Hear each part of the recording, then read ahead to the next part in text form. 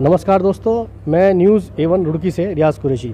हम लोग आज शिक्षा नगरी के गणेशपुर वार्ड में है, जहां पर युवा गणेश गुज्जर समिति के सह समिति के लोग युवा पीढ़ी है जो गुज्जर समिति के सह संयोजक भी हैं लोग, और अब उनके द्वारा ज़रूरतमंद लोगों को, गरीब लोगों को उनके द्वारा समय समय पर खाना बनाकर बांटना और उसके साथ उनके द्वारा सामग्री देना, खाद्य सामग्री देना।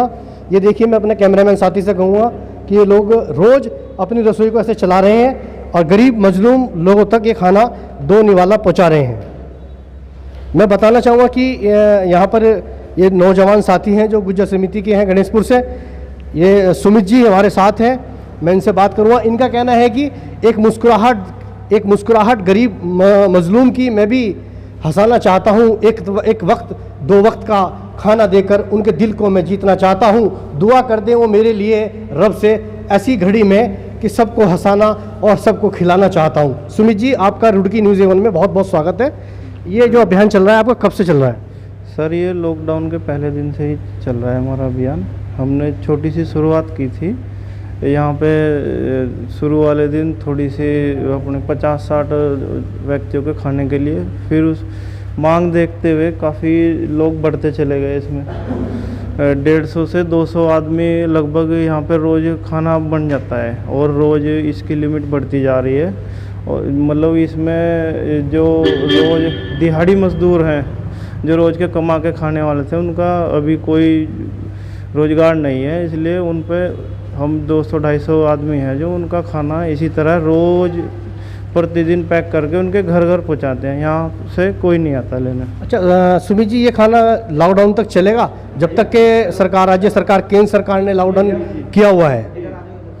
जी, पहले ये 14 तारीख तक के लिए किया था हमने, वो फिर केंद्र सरकार के निर्देश अनुसार लॉकडाउन की अवधि बढ़ा दी गई, 3 मई कर दिया गया।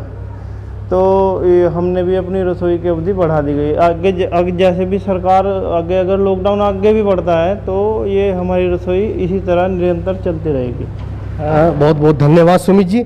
मैं अपने कैमरामैन साथी से कहूँगा, देखिए नौजवान युवा गुज्जर समिति के गणेशपुर से किस तरीके से मेहनत कर रहे हैं और ज़रूरतमंदों के लिए खाना पैक किया जा रहा है। आज कड़ी चावल की व्यवस्था की गई है। रोज़मर्रा रसोई में इनकी कुछ ना कुछ परिवर्तन रहता है, हर तरह का खाना बनता रहता है। और मैं आगे, अब हमारे एक और साथी हैं यहाँ पर, मैं उनसे बात करूँगा। क्या नाम है आपका सर? चौधरी अजीत सिंह। चौधरी अजीत सिंह जी, आपका न्यूज़ A1 रुड़की में स्वागत है। ठीक। ये रसोई जो कार्यक्रम आपका जो चलाया जा रहा है, इसका आपका क्या मेन लक्ष्य क्या है? सबसे पहले तो मैं अपने मीडिया कर्मियों को तहे दिल से धन्यवाद देता हूँ। जो ये सब काम तो हम लोग कर ही रहे हैं, लेकिन जो मीडिया कर्मी हैं, जो हमारे ऐसी संकट की घड़ी में, कोरोना वायरस में, जैसे ये चीन की एक बीमारी समझिए, चीन की भेजी हुई एक बीमारी है। ये कोरोना वायरस तो है ही है, लेकिन चीन की भेजी हुई बीमारी है जो भारत में अभी भी अपनी जड़ें बुरी तरह फैला चुकी है। लेकिन इन आप जैसे पत्रकारों, जो हम लोगों जैसे पूरे देश के कोने कोने तक अपनी आवाज़, हम जनता की आवाज़ ऊपर तक पहुंचा रहे हैं, दिखा रहे हैं कि हाँ, कि लोग किस तरह से आगे बढ़कर सेवा कर रहे हैं और आगे चल रहे हैं। तो सबसे पहले तो आप जैसे लोगों को दिल से सलाम जी। बहुत बहुत धन्यवाद भाई साहब आपका। अब हमारे साथ वरिष्ठ पत्रकार संदीप तोमर जी हैं, जो कि पिछले 40 सालों से पत्रकारिता के रूप में रुड़की शिक्षा नगरी के साथ पूरे प्रदेश में लोगों की सेवा और खिदमत समय समय पर जनहित की समस्याओं को उठाते हुए करते रहते हैं। चलिए उनसे बात करते हैं। संदीप तोमर जी, आपका न्यूज़ A1 रुड़की में बहुत बहुत स्वागत है। धन्यवाद मेरे प्रिय भाई रियाज कुरैशी जी, और न्यूज़ A1 का भी मैं आभार व्यक्त करता हूँ। हालांकि 40 साल आपने ज़्यादा बोल दिया। मेरा जो अभी तक कार्य अवधि है पत्रकारिता की, वो लगभग 23 साल 24 साल के करीब हुए हैं मैं पत्रकारिता कर रहा हूँ। जी जी, धन्यवाद। ये जो गणेशपुर गुज्जर समिति, युवा समिति द्वारा ये रसोई का कार्यक्रम जो चल रहा है, इस पर आप क्या रोशनी डालना चाहेंगे? इन्होंने पहले दिन, जिस दिन लॉकडाउन हुआ उसी दिन से, क्योंकि मैं भी गणेशपुर का निवासी हूँ, सुमित जी जो इस समिति के सह संयोजक हैं वो मेरे छोटे भाई हैं, ताऊ जी के लड़के हैं।